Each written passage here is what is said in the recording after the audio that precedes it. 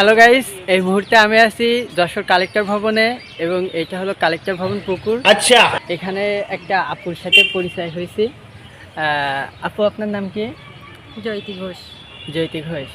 আচ্ছা, আপনি এই অফ ক্যামেরায় আমাকে বলছিলেন যে প্রেম বিষয়ে কিছু কথা বলবেন। তো বলছি, প্রেম করাটা আপনার কাছে কেমন লাগে?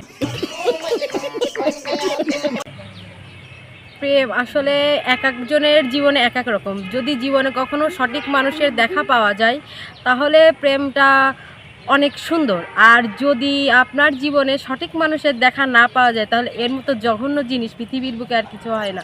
কারণ বিচ্ছেদের যন্ত্রণা সহ্য করা অনেক কঠিন হয়। ও, আপনি এখন কোন পর্যায়ে আছেন? আমি লাস্ট স্টেজে আছি। আমার এখন যাই অবস্থা। যাই। আমি এখন ঝুলে আছি, না তার কাছে যাইতে পারি না তারে ছাড়া থাকতে পারি।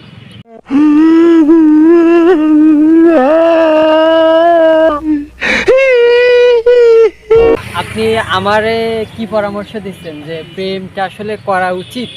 আপনারে আমি একটাই পরামর্শ দিব ভাইয়া, জীবনে কোনো দিন প্রেম করবেন না, মেয়ে মানুষের সংস্পর্শে যাবেন না, প্রেম রিলেটেড কোনো কথার সাথে সংযুক্ত থাকবেন না।